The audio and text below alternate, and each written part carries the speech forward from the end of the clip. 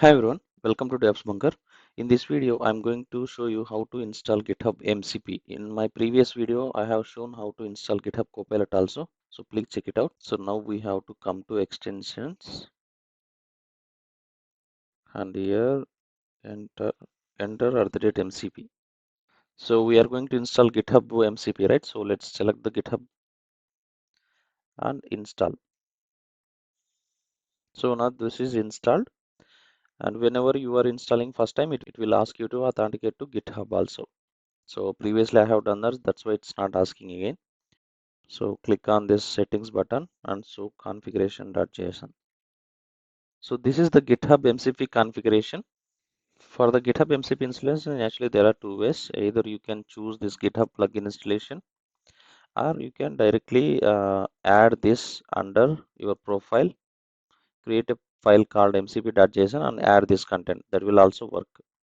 So now this server is running. Okay. You can see some options here. Guys, I'm doing a lot of videos and courses around DevOps, so please subscribe, which will encourage me to do more content like this. Coming back to the video, running, stop, restart, and also like more. If you want to stop the MCP server, you can stop it, and if you want to restart it, you can do that. And if you click on more, you will seeing the same options here also. So configuration, so output, browse resources. Yeah, these are some options which you can explore. Click on this Copilot chart, and if you see this kind of settings button, click on this one. Here, actually, if you see that here, actually 44 tools are already connected to GitHub. Okay, so click on this settings button here. You see there are already some tools are available here. If you see this one, if you expand this one, these all are GitHub MCP's related AI tools.